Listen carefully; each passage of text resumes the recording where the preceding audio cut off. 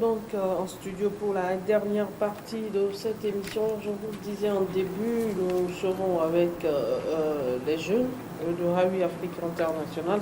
Le président de cette association est avec nous, Poitré Awa. Bonjour. Bonjour madame. Comment vous allez? Je me porte très bien. Et de votre côté? Ça va, on rend grâce à Dieu. Dieu merci. Alors, la nouvelle année, elle a démarré. Comment elle a démarré au niveau de Rawi Afrique International. On a déjà passé 29 jours, même si les gens voudraient qu'on soit le 31 aujourd'hui. Ils ont tiré à terre. Nous sommes le 29. À notre niveau, ça s'est bien démarré. En effectif, et le travail continue tous les jours. Sinon, ça va chez nous. Avec l'ambiance, ça règne toujours. Alors, en fin d'année 2022, vous avez organisé un événement. Est-ce que vous pouvez nous faire le point? C'était à Kakaveli, hein? Oui. On se souvient, une rencontre entre jeunes. Oui, vraiment. C'est vrai, on l'a diffusé ici, mais vous étiez là pour annoncer l'événement. C'est l'occasion de nous briefer un peu sur ce qui s'était passé. Vraiment. C'était vraiment une rencontre de tous les membres et aussi sympathisants de Rawi Afrique. On a eu à partager la joie qui nous anime à travers le combat que nous amenons sur le terrain, à travers nos réussites que c'est les résultats que nous donnons déjà. Et le message qui était là-bas est que c'est toujours la fraternité, c'est-à-dire que l'unité pour faire des actions humanitaires. Donc c'était sur ce point-là, on s'est séparés. Alors, nous sommes en 2023. Dites-nous, quels sont vos projets?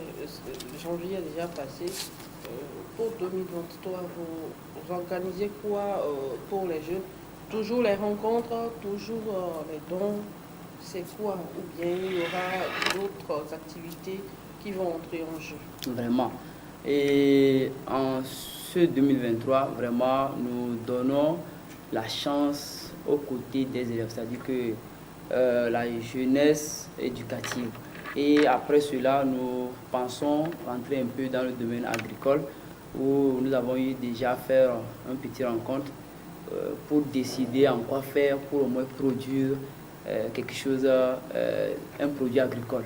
Donc nous n'allons pas tout détailler nos plans, mais ce n'est pas des plans en tant que tel, mais c'est juste... Vous êtes là pour ça? Oui, vraiment. En fait, c'est pour que nous allons réunir nos forces pour lancer un petit projet agricole. C'est-à-dire que chacun donne une partie de ce qu'il peut. Ah, ok. Vous allez réunir des fonds nécessaires. Des fonds. Et aussi, ce n'est pas seulement les fonds, c'est-à-dire que les ressources humaines aussi sont demandées. C'est-à-dire que même si la personne n'a pas de fonds, mais il peut contribuer. C'est-à-dire qu'il y a des gens qui maîtrisent comment entretenir un champ, comment sarcler, comment faire les buts. Donc nous allons donner tout. Il y a d'autres, c'est l'intelligence agricole, c'est-à-dire qu'il sait comment manager tout ça là. Nous allons réunir ces forces. Ceux qui ont le moyen financier aussi. Ça par exemple, le final, c'est d'avoir quelque chose. Hein? C'est d'avoir quelque chose. C'est d'avoir quelque chose. Maintenant, quelqu'un qui dépense son énergie, quelqu'un qui dépense son argent, à la fin, comment vont se faire les partages? C'est quantifié. Chez nous, tout est étudié. Par exemple, celui qui dépense son énergie, c'est-à-dire que sur le côté intelligence ou bien sur le côté physique, c'est quantifié. C'est-à-dire que si tu fais un travail qui vaut 5 000, tu es marqué. Donc, tu es en train de contribuer tes 5 000 à travers le travail. Donc, en finish, chacun, par exemple, si tu as contribué un 20 000, à la fin, on fait la vente, chacun reçoit ses 20 000. Et après, ce qui est comme intérêt, ça rentre dans le domaine humanitaire ou bien on en décidera de quoi faire avec. Et maintenant, quelqu'un qui, par exemple, donne 1 million. Oui, il donne 1 million, ça veut dire que son capital... Vous remettez juste 1 million. Ça veut dire non, son capital est divisé en fonction de ce qui sortira de notre production. Il a donné un capital de 1 million, ça veut dire qu'il a fait ça veut dire qu'en termes de chiffre d'affaires, ça veut dire que si on va faire la dividende, lui, sa part serait vraiment en tenant compte de ces 1 million. Donc, il y a tout, c'est-à-dire que cette famille qui tourne autour. Mais la finalité, c'est que vous recevez votre argent. Oui. Mais l'intérêt est aussi divisé en fonction. Oui, non. Et il y a une vous partie. Vous retenez les intérêts? Non. Les intérêts, il y aura une partie qui va repartir à ceux qui ont investi. Et maintenant, c'est que c'est une décision à l'AG. Il y aura une partie qui va aussi rentrer dans les œuvres humanitaires. C'est-à-dire que nos projets que nous avons, par exemple, si on a eu à sensibiliser ou bien à acheter certains trucs, nourriture ou bien quelque chose pour accompagner certaines orphelins ou bien certains vœux ou bien amis ou bien tout ce qui tourne autour de l'humain, si nous voulons œuvrer là, ce qui est comme intérêt que nous avons pris une partie pour faire certaines dividendes par rapport à ce que vous avez investi, ce qui reste, nous ensemble maintenant on décide de quoi faire avec. Mais c'est un peu complexe ce que c'est vous complexe. dites là. Est-ce que complexe. vous êtes entouré d'experts pour que vous ne pensiez pas faire du bien et qu'à la fin vous entre-déchirez? Vraiment. À notre niveau, ce qui est bon chez la communauté Raoui Afrique, nous avons eu à avoir quelque chose. Ça, c'est la nature qui nous engage à faire ces trucs-là. Et quelqu'un qui est parmi nous, ce que la personne a décidé de l'être. Et nous savons que lorsqu'on parle de quelqu'un qui fait œuvre humanitaire, c'est que la personne là, la violence, il doit faire quoi? Chasser la violence. Ce n'est pas une question de... Oui, et aussi c'est une question d'argent. Vous savez, oui. Quand l'argent entre en jeu, c'est autre chose. Moi, je ne Vraiment. peux pas donner 100 000, David donne 200 000 par exemple, et à la fin, vous me donnez 150 000, vous donnez 220 000 à David. Ce qui est bon, il y aura, ce conflit de... Oui. Nous, chez nous, en tant que les docteurs de Raoui Afrique, l'argent n'est pas l'enjeu pour nous. L'argent, au fait, nous, vous en êtes sûr? L'humain est plus important que l'argent à notre niveau. Donc, du coup, sur l'argent, nous, on n'a pas trop. C'est-à-dire que l'argent, au fait, c'est le monde a été dans le chaos en croyant que l'argent, c'est ça ou rien. L'argent, c'est bon, mais l'humain vaut plus que l'argent. Donc, chez nous, en matière d'argent, on se comprend. Ce n'est pas que je le dis parce que je vais honorer la communauté Raoui Afrique, mais je le dis parce que nous avons compris quelque chose. Ce monde, je l'ai dit dès qu'on était ici, dès le début, que tout ce que nous œuvrons, c'est juste pour laisser aux générations à venir. Donc, chez nous, œuvrer dans le bon sens, ne pas se déchirer pour des biens matériels n'est pas un souci pour nous. Ça, même avant de faire quelque chose, c'est des sacrifices. Et nous, ce sacrifice, ça vaut plus que l'argent. Donc, du coup, oui. Vous avez parlé également de l'encadrement des élèves. Oui. Vous l'avez dit tout à l'heure. Comment ça va se faire? Organiser des répétitions, c'est quoi? C'est faire des rencontres comme vous le faites? Ou bien vous allez utiliser aussi les réseaux sociaux? On a vu ce que l'utilisation des réseaux sociaux a causé à un élève. Vraiment. Alors dites-nous, c'est quoi au niveau des élèves? Merci beaucoup. Et je l'ai dit entre-temps ici, dans le passé, l'éducation est le pilier de tout développement ou bien le pilier de la construction d'une nation. Sans l'éducation, on n'a pas... Lorsqu'on parle de l'éducation, aussi les gens croient que c'est seulement l'école. Non. L'éducation, il y a l'éducation de rue, il y a l'éducation de la maison, il y a l'éducation à l'apprentissage. Quelqu'un qui apprend un métier, il est en train d'être éduqué par son patron. Dans la rue aussi. Oui, dans la rue. Ah bon? Oui. Quelqu'un, par exemple... L'éducation de la rue, ce n'est pas la rue, non. C'est ça aussi, les gens croient que lorsqu'on dit, les gens de, excuse-moi le terme, ghetto, les gens croient que c'est fini. C'est-à-dire, il est drogué, ou bien il est méchant, ou bien il est déjà dangereux, ou bien il est voleur. Non, c'est quelqu'un de dangereux. Non, ce n'est pas quelqu'un de dangereux. Ça dépend. Vous ne pouvez pas vous tenir devant quelqu'un du ghetto et discuter avec lui. C'est ça le problème. C'est ça le problème. C'est ça le problème. Or, il y a des gens qui sortent là-bas. J'ai vu un Camerounais. Il a dit ça, que lui, il a fait l'éducation de rue, mais aujourd'hui, il est venu pour sensibiliser. J'ai oublié juste le nom, un gars très géant comme ça, et il a dit ça. Au fait, les gens sont dans le ghetto, ils sont en train de vivre certaines conditions, d'être éduqués, c'est-à-dire qu'ils apprennent quelque chose. Il y a d'autres, c'est-à-dire... Quand vous vivez dans le ghetto, quand vous ne savez pas vous défendre, vous ne pouvez pas vivre dans le ghetto. Oui. D'abord, moi, je ne peux pas faire 2 heures dans un ghetto, on va me terrasser. Hein. Non. Ça dépend. C'est-à-dire que on ne finit pas à être dans le ghetto au hasard. C'est des relations. Et lorsque vos relations vous amènent à être là-bas, vous recevez l'éducation de là. Et l'éducation que vous recevez, c'est à vous de faire la synthèse. C'est-à-dire qu'il y a les gens qui sont là-bas, qui sortent C'est-à-dire que tu le vois, tu ne le sauras même pas. Donc du coup, c'est pour vous dire que l'éducation est partout. Mais si tu as raté l'éducation, c'est là le problème.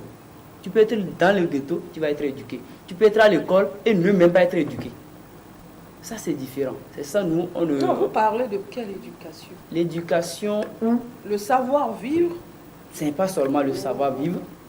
C'est-à-dire que... Ou être correct. Être social. Et être... Lorsqu'on parle d'être social, c'est de savoir des devoirs civiques. C'est-à-dire que de savoir que si je suis là en tant qu'humain, je suis là pour contribuer dans le sens positif. C'est-à-dire que, par exemple, c'est quelqu'un qui a eu une bonne éducation, il est à quelque part, il sait que dans la société, il faut ça. Il sait que si je suis chez les aînés, il y a certaines conditions que je dois suivre. Je ne dois pas faire certains actes, je ne dois pas faire ça, je ne dois pas faire ça. Et ça se fait partout. C'est-à-dire que à la maison, sur la route, tu peux aller, tu es en train de marcher comme ça, on va t'appeler, quelqu'un peut te dire, ce que tu viens de faire, ça là, on ne le fait pas. Si ce que tu avais fait ça comme ça, la personne est en train de te donner déjà l'éducation. Donc l'éducation dans l'ensemble, en résumé, c'est pour vous dire que c'est l'éducation qui fait la société. Lorsqu'on parle de la société, sans l'éducation, il n'y a pas de la société. Il n'y a que les animaux. Oui, et comment vous allez vous prendre avec les élèves? Merci beaucoup. Vous avez parlé des élèves. Jusqu'à aujourd'hui, je sais que vous travaillez avec des étudiants et autres, là, des apprentis et autres, là, mais là, vous avez parlé des élèves. Comment ça va se faire avec les élèves? Merci beaucoup. En termes, comment ça va se faire avec les élèves, avant toute chose, ce que je vais dire que quoi? Dans ce monde où nous sommes, il ne faut pas qu'on pense que demain, là, si ça serait bon, ça va dépendre d'autres personnes. C'est nous qui sommes les vivants actuellement. Donc, c'est le présent qui forme le futur. C'est-à-dire que demain qui viendra, si nous voulons avoir des résultats, c'est-à-dire que les remplaçants, les jeunes qui vont être vraiment productifs en notre faveur, ce n'est pas Rawi Afrique seulement qui va le faire. Vous qui êtes ici, tous ceux qui vont nous suivre, c'est-à-dire tous ceux qui sont comme êtres vivants sur la terre, dès maintenant, nous devons nous lancer dans cette lutte de sensibilisation, de inculquer aux jeunes, élèves comme apprenants, ou bien quel qu'en soit les, c'est-à-dire que même âgé que la personne soit, l'éducation, ça ne finit pas. Nous allons ensemble œuvrer, premièrement, dans la sensibilisation, en donnant les valeurs civiques à nos frères, enfants, amis, camarades, partout où nous sommes. Et sur nous, en tant que Rawi Afrique, tout cela, nous allons le faire, mais par quels moyens? C'est-à-dire, il y aura des contacts physiques, par des sensibilisations. Il y aura des sensibilisations sur les réseaux sociaux, comme nous sommes en train de le faire. Il y aura des enregistrements visuels et autres là que nous allons le faire. Et aussi, en termes de moyens, je sais que la question peut revenir. Nous, ce n'est pas que on a des moyens, des gros moyens, mais on fait avec ce que nous pouvons faire. Et nous, on appelle tout le monde de œuvrer vraiment pour que demain, on ne soit pas des gens qui vont attraper la tête. Vous avez parlé tout à l'heure de réseaux sociaux. Il y a un phénomène qui s'est produit il y a quelques semaines où on a vu une vidéo circuler, même si le prof est là, on s'en fout. Et après, cet élève a été, comment dirais-je, exclu de pratiquement tous les établissements de tout. Quelle lecture vous faites de l'utilisation des réseaux sociaux par les élèves? Au fait, à mon niveau, c'est comme lorsqu'on dit, si tu es avec ton chien, tu sais que tu domines ton chien, c'est toi qui l'as amené. Mais si tu commences à s'amuser et qu'en laissant tête exclure que le chien prend, un jour, il va commencer à tirer. Et là, tu vas commencer à crier. Mais c'est toi-même qui as occasionné ça. Ce n'est pas le chien. Donc, c'est pour vous dire que si l'élève a fait cela, la première des choses, c'est nous, les aînés. Parce que eux, lorsque l'élève vient à l'école, ceux qui l'encadrent sont ses supérieurs. C'est la première des choses. Jusqu'à aujourd'hui, on n'a jamais vu un selfie C'est ça. Une vidéo d'un enseignant. C'est ça. Ça veut dire que... Cours. Merci. Ça veut dire que si l'élève là a eu à faire ça, il y a eu un peu de faille à quelque part. Il faut que nous-mêmes, nous en reconnaissons. Donc, du coup, l'élève, ce qu'il a fait, ça ne se fait pas. Mais il y a eu un peu de laisser aller. Soit, je sais que nous sommes actuellement au Togo et qu'il y a eu quelque chose, c'est-à-dire qu'on a eu à parler sur les toits que l'élève est maintenant autoritaire, le bâton est interdit, il y a certains trucs qu'il ne faut pas faire. Du coup, les élèves plutôt, ce n'est même pas lui seul. Les élèves ont cru qu'ils sont au paradis, oui, c'est-à-dire que c'est fini.